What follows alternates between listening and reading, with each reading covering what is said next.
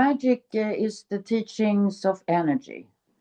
Everything is energy. Everything created is energy. And, there is actually mostly love, if you're open for it. And life itself provides what you need if you don't get greedy, because you can also get spiritually greedy. You want constantly to have signs, omens, am I on the right path, and stuff like that. So it's always a balance, act of balance. But it's, well, I said, if you see a newborn child, how can you not believe in magic? That's my question. And I feel like, people who don't believe in magic, they use only salt and pepper as spices. But the magic opens up to all the other spices there is available. Were you too young to know you were a girl or a boy? Oh, I hated the skin that I was in. I thought I was ugly. I thought I was unlovable. I couldn't leave my house without people staring at me or making rude remarks. There is a sense, I think, or a message that many of us have received that it's okay to be a Jew as long as you're the right kind of Jew. Just imagine what it would be like for you when you get out of prison after, 10 years in there for something you didn't do. Approximately 6 or 7 policemen attacked me and put in my pocket a big quantity of drugs. If we can choose how we live well, then do we not have the right to choose how we die well? And how do we do that with dignity? There's never a moment where I am not in pain. It's exhausting. The bottom line is what it is. I was born with a congenital indifference. My arm, I have my elbow, but it was like underdeveloped from here out. 54% of those with disabilities are not working. If you're an employer, hire somebody with a disability. You won't regret it. I've learned that us neurotypical people are the people who really need to learn from neurodiverse individuals. We are the aliens of this planet. Welcome to Purposeful Empathy, a show that is dedicated to amplifying the voices of people from across the globe who understand the world needs more empathy and are doing something about it. This season will inspire you to empathize with people who are regularly marginalized and misunderstood. You won't want to miss a single episode, so hit the subscribe button now. Thanks for watching and enjoy the show. So today on Purposeful Empathy, I'm joined by Rosie Björkman, a Swedish witch, also known as Jolanda III. Rosie's been called crazy, she's been dismissed by the media and censored more times than she can count. Nonetheless, she's devoted her whole life to preserving ancient wisdom and practices that the modern world has largely silenced and misunderstood. In this conversation, we talk about how her mother's death at the tender age of 13 sparked her spiritual journey, why the word witch still carries so much baggage, how witchcraft is less about the supernatural and more about reclaiming one's intuition, inner life, and connection to nature, what's forsaken when ancient wisdom is dismissed as fringe, and why she believes the mental health crisis that we're living through isn't about personal failure, but it's systemic. Listen, if you're feeling a little tired of materialism or the drumbeats of patriarchy and capitalism, or if you're just curious about mysticism and the magical arts, this show is for you. Welcome to the show, Rosie. Thank you, Anita. It's great to see you again. I know we met a year ago in Stockholm. It was quite by happenstance, coincidence, or fate, or maybe the universe was aligning. We were a group of women attending a conference and discovered that there was a witch of Sweden not far away. And we came to visit you. We might have been 10 women in the tower that you spend time in during the summer months. And it was your birthday. And you found the time to invite us into a healing circle, and that's how we met. Yes, it was wonderful to have you there to celebrate my birthday Mhm. together. You were women from 5 continents, so it was quite international, I would say. Yeah, it was Meeting. an extraordinary moment, and I'm Yeah. grateful to reconnect with you. So I wonder if we could, our listeners and viewers, learn a little bit more about you besides the bio, which is quite impressive and interesting in itself. But like maybe you could share a little bit about your life starting all the way back from childhood. Yeah, all right. I was brought up in a family that was what you call a noble family. I mean, like a lord and lady family, upper class upbringing, to say the least. But my mother, she bought a horse farm in south of Sweden also. So she they were these horses, Arab horses from Saudi Arabia. So, and I learned how to ski, how to ride a horse. Of course, I even got a horse of my own. And I had 2 sisters, and we had a like idyllic childhood, I would say, probably. My grandfather was a general in the Swedish Air Force. So we didn't call him, we said, we didn't call him, say you to him. We said grandfather. And we always, we were very properly raised, I would say. And then everything changed when I was 13 and my mother died. So then my life completely shattered. And I was put on a boarding school. And in those times, it was 1970s. It was like the census was that don't talk about it, just act like nothing happened, just move on, So there was no therapy or anything. And then I started to revolt.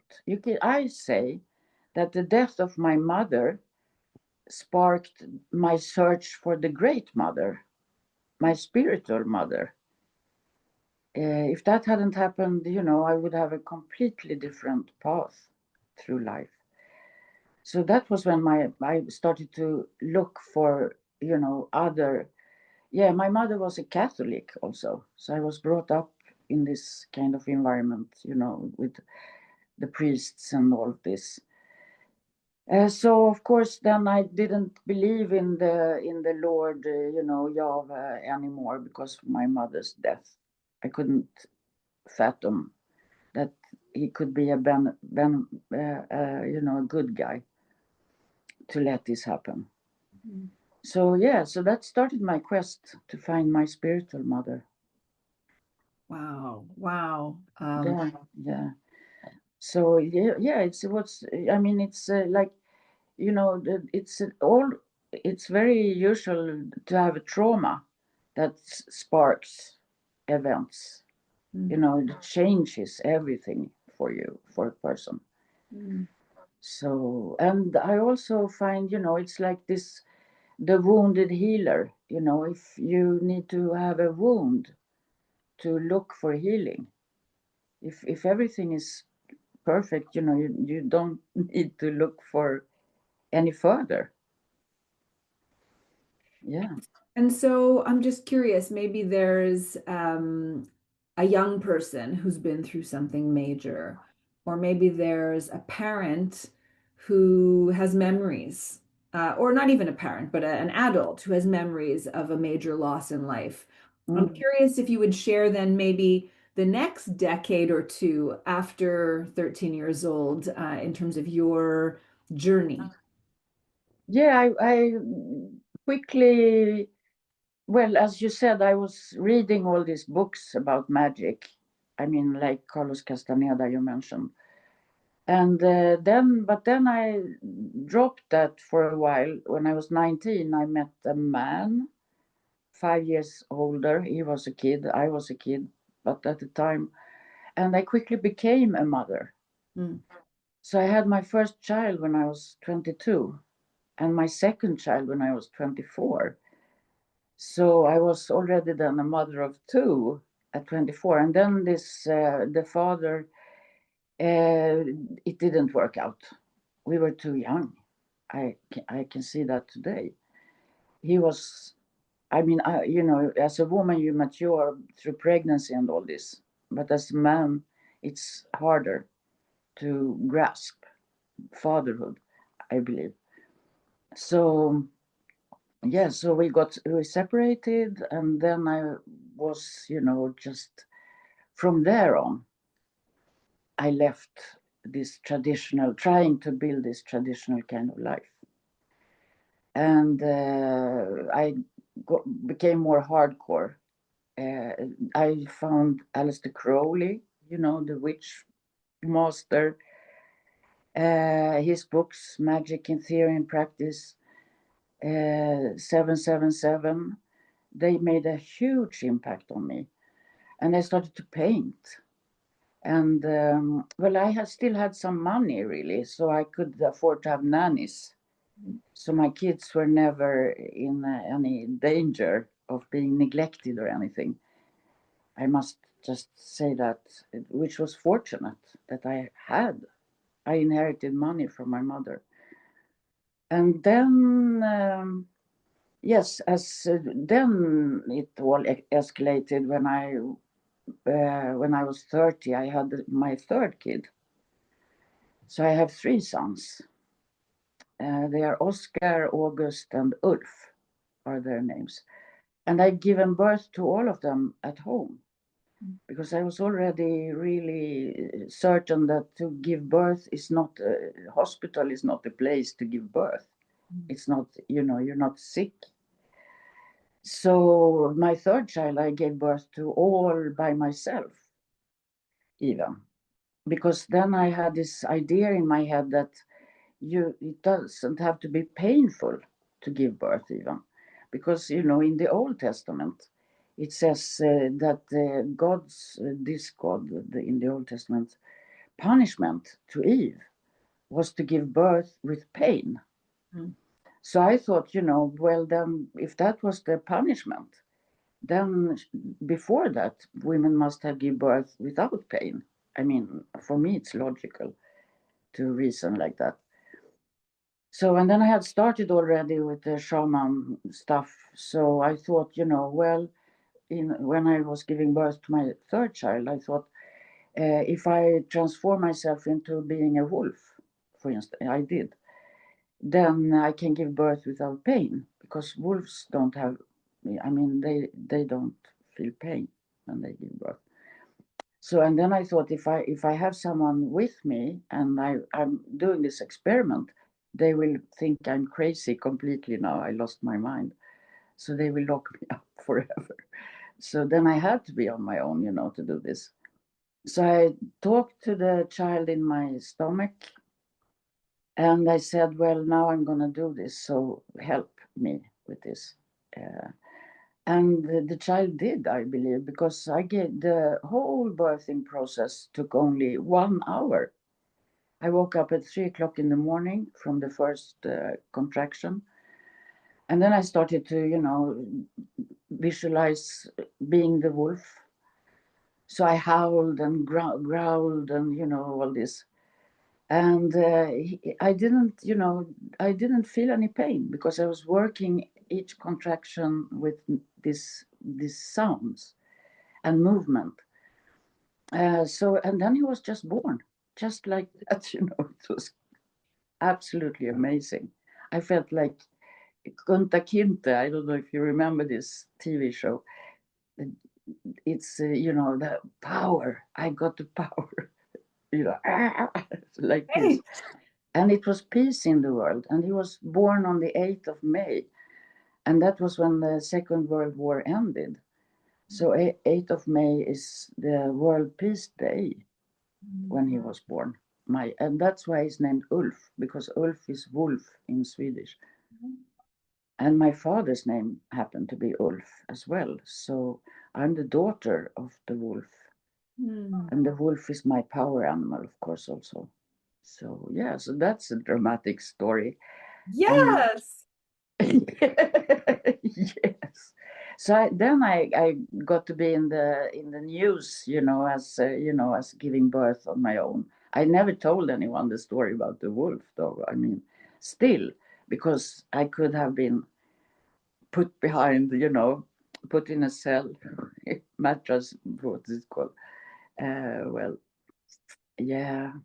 But then also in this theme, that people, I thought I'd done a good thing when I gave birth, my first child.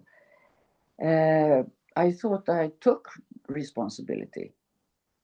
But then the reaction from the public was that I was lacking of responsibility completely. So that shocked me, really. I didn't expect that. Yeah, backlash. So, but it put me on the map of, in Swedish public media already then. So I was already out there being eccentric, or what you call it,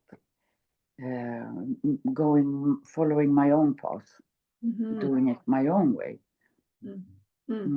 And soon after that, and then I inherited some more money when I turned 30. I just had my third son. So then I got this dream that I was a seeress in Egypt 5,000 years ago. I don't know how I knew that in the dream.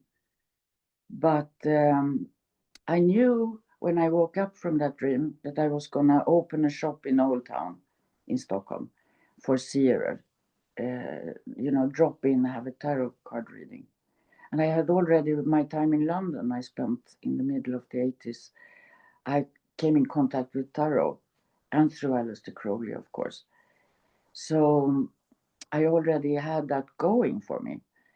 But then I opened this shop, and everybody thought, now she's completely lost it again. People thought she's completely, crazy. And they asked me, are you really, sane? And I said, yeah, I believe I'm sane. Stay sane inside insanity was one of my mottos at the time. So, but then it took 2-3 years. I had this shop, and I had other seer people coming to work there. Like you have a shop for doing hair. So women, it was mostly women, only one man from South America. But they came and they had one day each every week. So I rented out this place to people, and I was there myself every Monday. But I thought, I didn't believe myself to be a seer. But I sat there every Monday and played with the cards and people who came in, and I did readings, and people thought I was accurate, and it was going fine. And then one of my colleagues said, after 3 years, I quit if you don't start to charge people. Because now they come in and I say, well, it costs this and this much money. And they say, well, then I come back Monday because Rosie is for free. So she said, I quit if you don't start to charge people. So that ignited me to start to, get paid for this work. And I remember to this day my first paying customer. Yeah, so, and since then I just refined this. I find, witchcraft, it's a craft. And I also find that the seer, it's a craft. So I preserve those two, and they are ancient crafts. They have always been there. I mean, even prehistorically, people did go to this kind of people. So let me just interrupt you there. That is a fascinating backstory, and most of which I had no idea.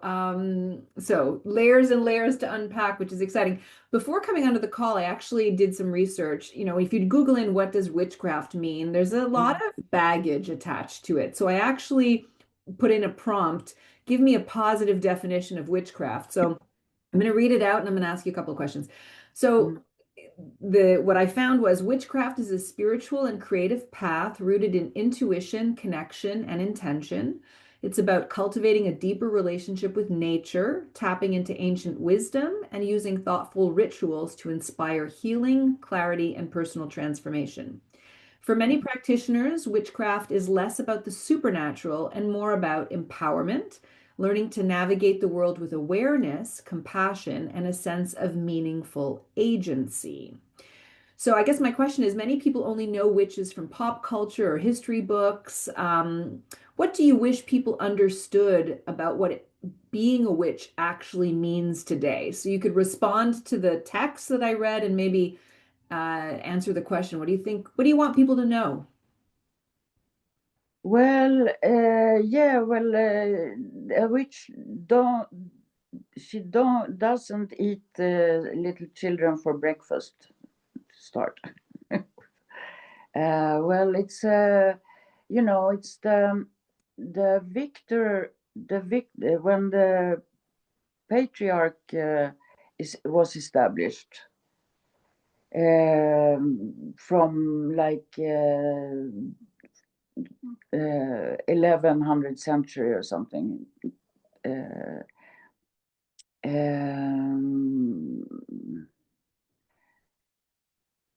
How shall I say this? But it's the victor that writes the history, and it is in their interest to belittle the besieged. So that's how it's so difficult to find English words. Well, they had to paint a very dark picture of the witch, the woman healer. Now men can be witches too, of course. So it's not really just for women.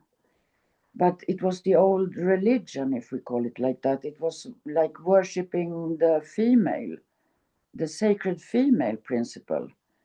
It was mainly that was why they had to paint this so dark picture of the witch to scare people off. Even, sniffing at anything that had to do with this. So because they wanted everybody to just be obedient, just follow in the footsteps, just go to church every Sunday, just listen to the priests, just bow to the authorities, the great men, the leaders, the patriarchs, and in the Old Testament and in the Quran and all the main religions we live with today, the role of the female, there is not one single word or mentioning of the sacred female, the goddess of any kind, the goddess, there are no mirrors, for the sacred feminine in the patriarchal society, which is a great loss. Everyone loses, in my opinion, men and women, from this strict, worldview, if you wish. Yeah, and it is a craft, as I say, and what you said, it's wonderfully expressed, I think. So it's all about this, connecting to Earth, connecting to the cycles of time, because now we live in a linear time. We are born, we live, and then we die, and that's it. So reconnect to the cycles of the moon, the cycles of the, spring, summer, autumn, winter, night, day, to appreciate the beauty everywhere, to give thanks to the tree that brings us fruits and abundance, and to be in the moment, to live fully, to see the beauty, and to celebrate the full moon, to celebrate the new moon, to celebrate each day is a celebration. Yeah, so it's a beauty, it's a choice of life to So become a witch. I'm getting the sense from the earlier response that witches and witchcraft was really sort of thrown under the bus as a result of the rise of the patriarchal society. Yes. Yeah. And so we're still, by and large, in a patriarchal run society. So is that why the narratives about witchcraft and witches have persisted so long? And do you see any change happening around that? Well, yes and no, because in like in media, there's still this prejudice, there's still this belittling, there's still this she can play around with that, but no one takes it really serious. And it's the women or the people who go to visit the seer, for instance, or would participate in a witch ceremony. They are fooled, like they are stupid people. They are easily fooled. They are easily manipulated. Like, and they can. That's the attitude still. And now I had a radio interview and the media always connect with me around Easter, because in Easter we have little kids dressed up as witches going around, and asking for candy. So then the media calls me, and and so, but then it's censored.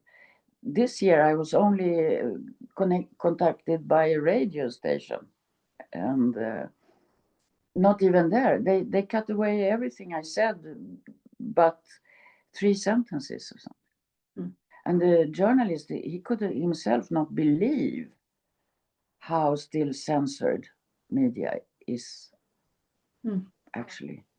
So it's getting worse on one side. The more, Trump, I would say, or the more these men everywhere in power get stronger and stronger. We now everyone wants a strong leader. The more this is diminished and thrown aside as being not serious. So it's I feel, but at the same time, the movement is growing. I know, like in Hollywood, I saw a YouTube video the other week with what do famous people in Hollywood, in movies and music business, young people, have in their handbags. And I mean, they all had tarot cards in their handbags. So I don't really remember any name. What's her name? Well, Miley Cyrus, for instance. They're big names in the music industry and in the movie industry. And they are all into, and Paris Hilton. I mean, she has got a tarot card in her handbag deck, and is fascinated by it. So on that side, and it's growing. But it's still considered subversive, I think, for the most part. So I'd be curious to know personally, in my classes, I talk a lot about hegemony, like forces that keep us locked into a particular way of seeing the world and navigating the world. And then there's sometimes these counter-hegemonic forces. I believe witchcraft is one of those. How do you personally navigate the uphill struggle against the normative society that we live in? Yeah. Well, I'm because now I'm my age. My hair is, and I'm a grandmother of 2. So I don't really have to bother anymore. My profile is like kind of set. I can do whatever I want, and people can't say, I'm crazier than before. It can't get any worse, So I have a freedom in that. And I get a lot of respect as well. I mean, I get lots of love. I get lots of encouragement from lots of people who even admiration, which feeds my ego, of course, a bit. But I have stepped back from being a public person in many ways, actually. I do my little thing. You came to visit me in my tower. I mean, it's the community. My community is space. So I have this space. I've had it for 27 years now. So I mean, people are used to me being around. And in my local community, I'm well known as the witch in the tower on Blue Hill, and people appreciate it.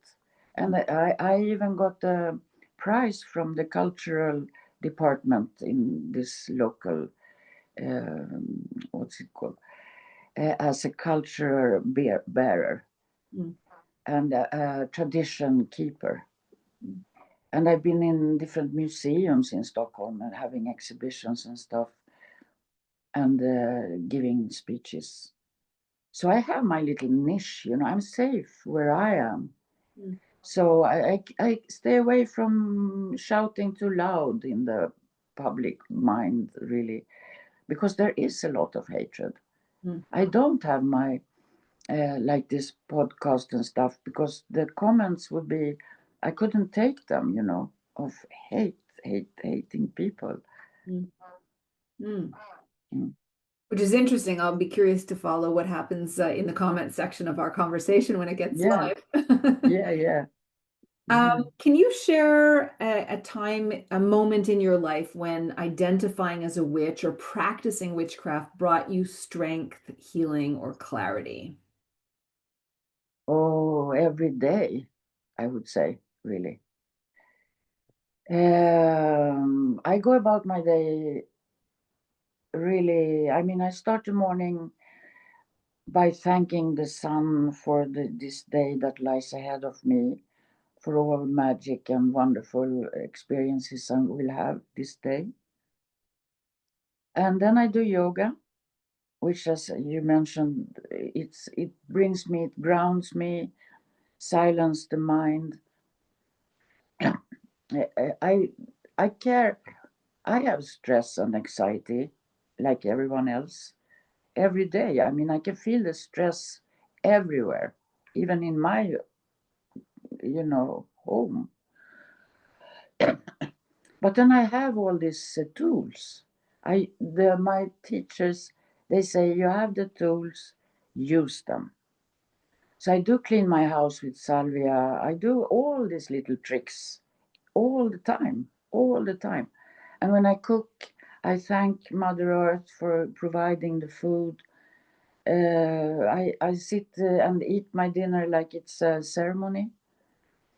When I clean the house, it's a ceremony. When I make my bed, it's a ceremony. When I'm with my grandkids, it's ceremony. It's holy. I try to be there fully present in each moment. And yeah.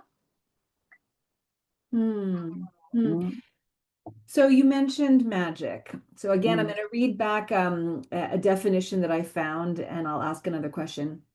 The magical arts are a collection of creative and intuitive practices that invite us to engage more deeply with wonder, symbolism, and the unseen layers of life. They blend imagination, ritual, and ancient wisdom to help people tune into their inner guidance, cultivate personal empowerment, and connect more meaningfully with the world around them.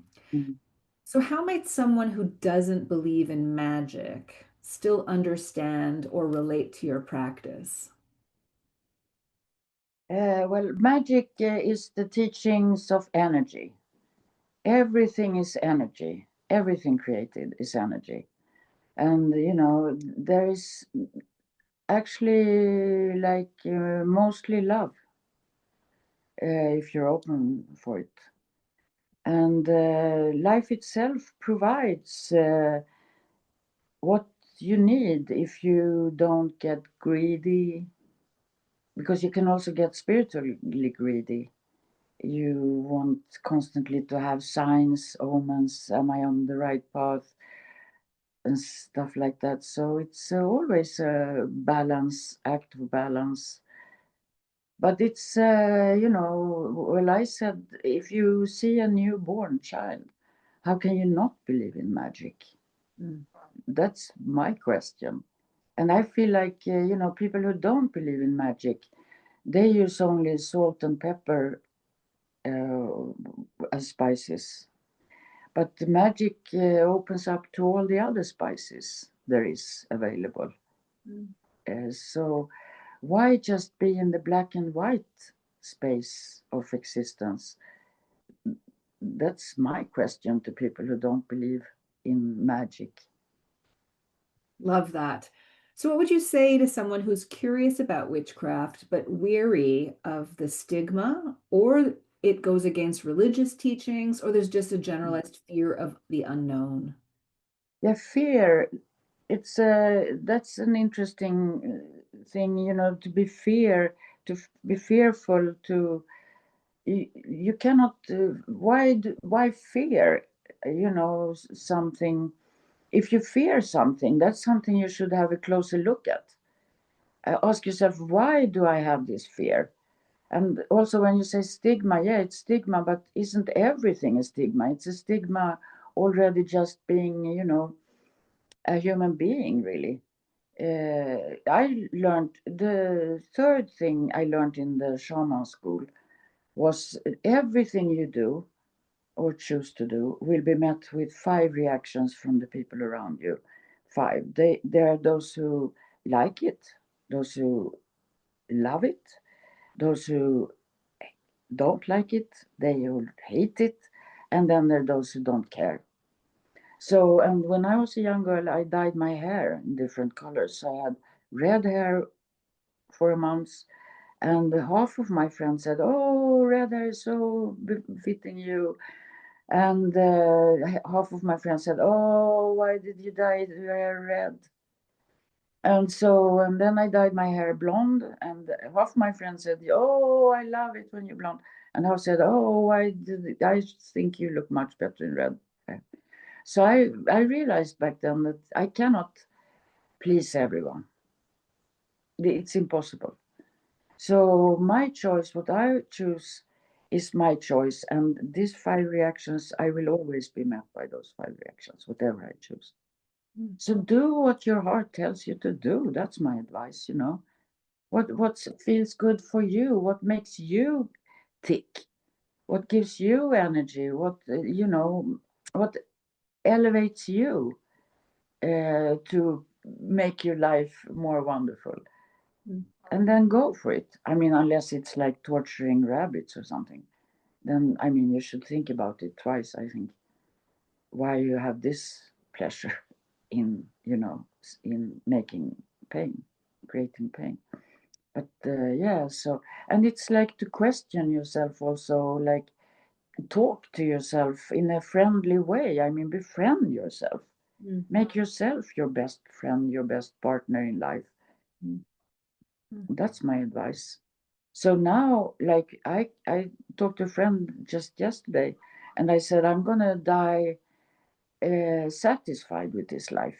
When I look back on my life, I like my life. I like the choices I made. And what more can I ask for? And then when I die, and if I meet this God, the Lord, Yahweh, and then I will say, oh, well, at least I've been right. Doesn't that count to something? So I'm prepared. I don't have to be right. I don't have to tell other people to do what I'm doing. I say, follow your own inner voice, follow your own heart. If you want to go to Tibet and, just stay somewhere for a year, do it. Or if you want to, work for corporate business in New York, do it. And then, then evaluate. Is this the thing for me? Am I in the right place? You have to do in witchcraft, you evaluate your life at least 4 times a year. I mean, to really sit down in ceremony and, do an inventory. What has happened this past 3 months? How am I doing now? And is there anything I can change? Is there anything I want to change? And how can I then implement the change? And questions like that. That's an interesting segue to my next question, because I also understand that witchcraft can serve as a tool. We've talked about personal empowerment, but also emotional resilience and community care. So I wonder, in a world facing a mental health crisis, including depression, anxiety, addiction, self-harm, burnout, what can witchcraft teach us? Well, it's so multi-dimensional, everything, because I believe really that it's the system that we are living in that makes us sick. I mean, I can see my grandkids now, they are 8 hours a day in preschool. I mean, from they are 2 years old. And the staff there, and there are 90 children, and 30 people working there, and there are always someone else, and there are always new people, and there are lots of noises, and there are lots of things happening, and they never have this time to just be. And so I think it's a build-up of mental health issues and stuff like that. I really do not believe in neuropsychiatry at all. I don't believe in this HDH diagnosis.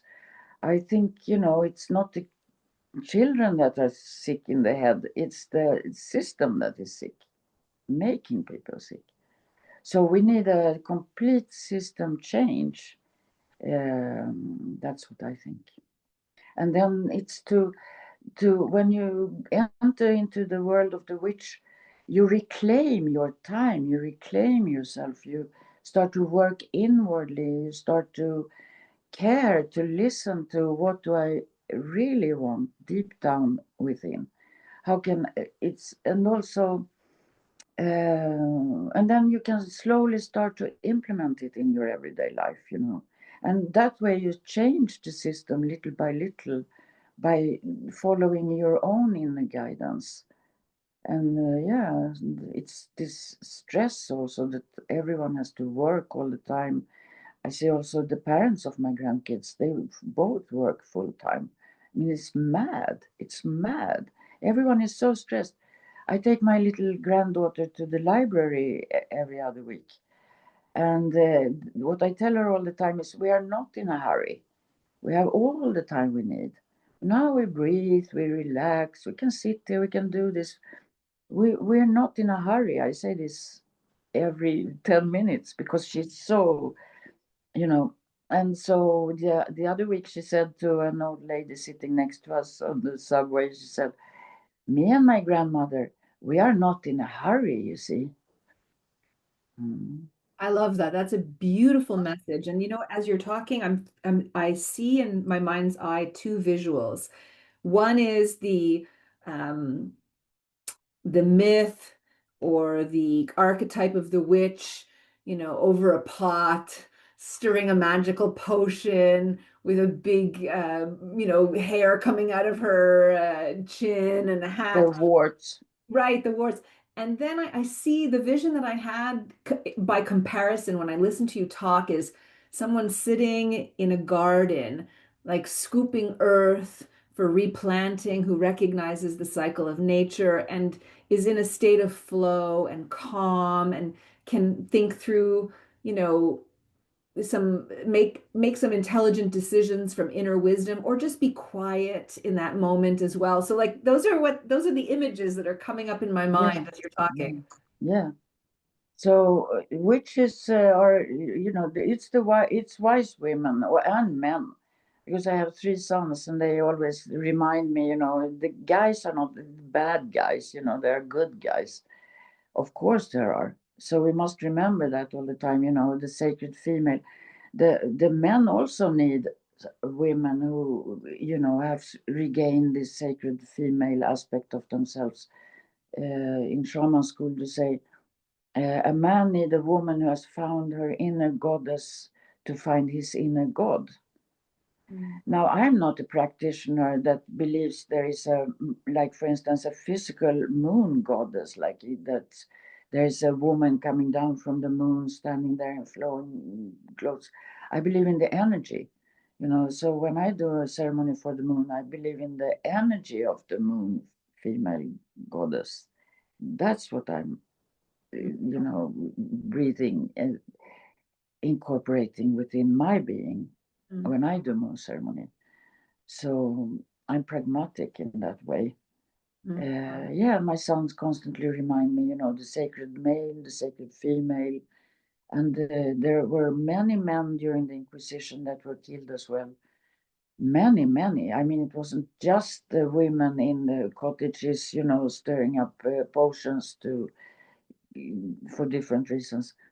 There were, scientists, alchemists, even the guy who said the earth is round, Galilei. He would have suffered to burn on the stake if he hadn't been close friends with the Spanish queen. So, it was a whole system of thought that was burnt, book burnings and stuff. All the teachings of holistic reality was put, we don't need that. Now we're just gonna bow our heads to the superior power, that we have no control over, and then we're back to that stuff again. So it goes, it goes like this. It bites itself in the tail. Yeah. So, but I have hope. I believe in human beings. They survival mood. I believe we are survivors. I believe we will survive this era of capitalism and greed. I believe we will come out the other side wiser, more settled into our choice. I think every person now will come to know that they have the choice. How do I want to spend this day in my life? That's the choice we still have. And we can choose to, to calm ourselves down, to do all this, to use all these tools, to get more in ourselves, in our own skin, to feel more comfortable, and to share with other people this, feeling of presence, of, again, I want to call it love and beauty.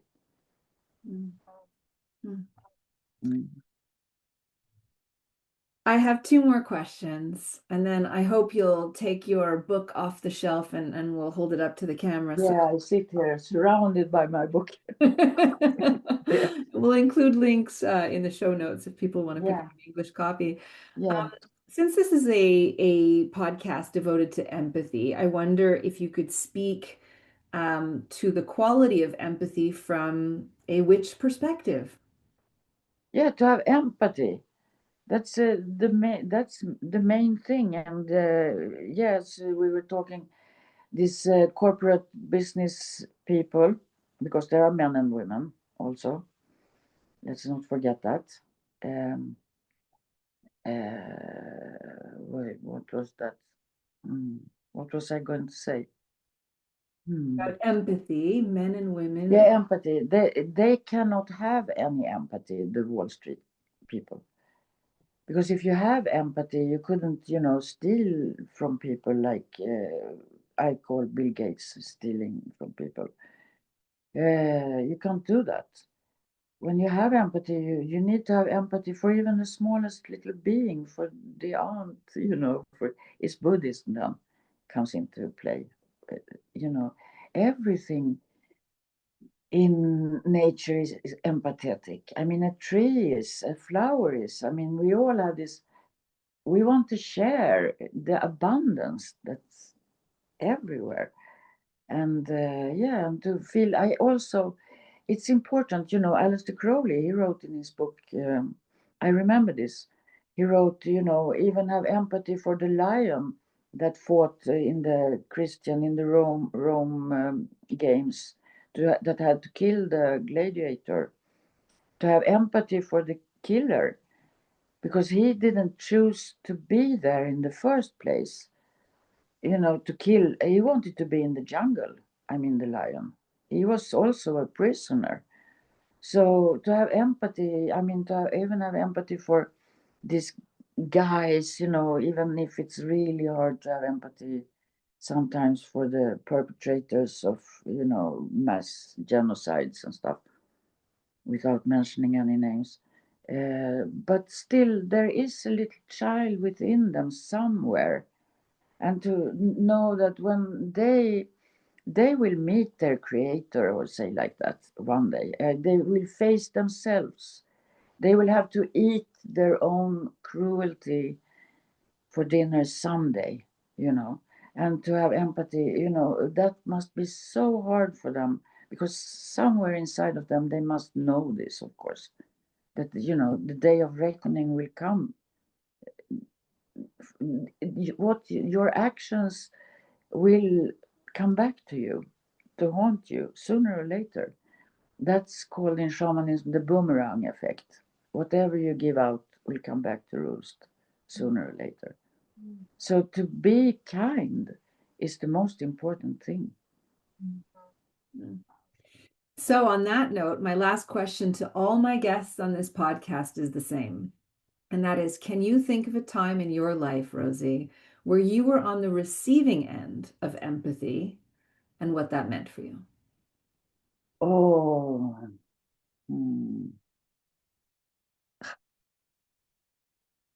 it's so I have been getting so much help from people.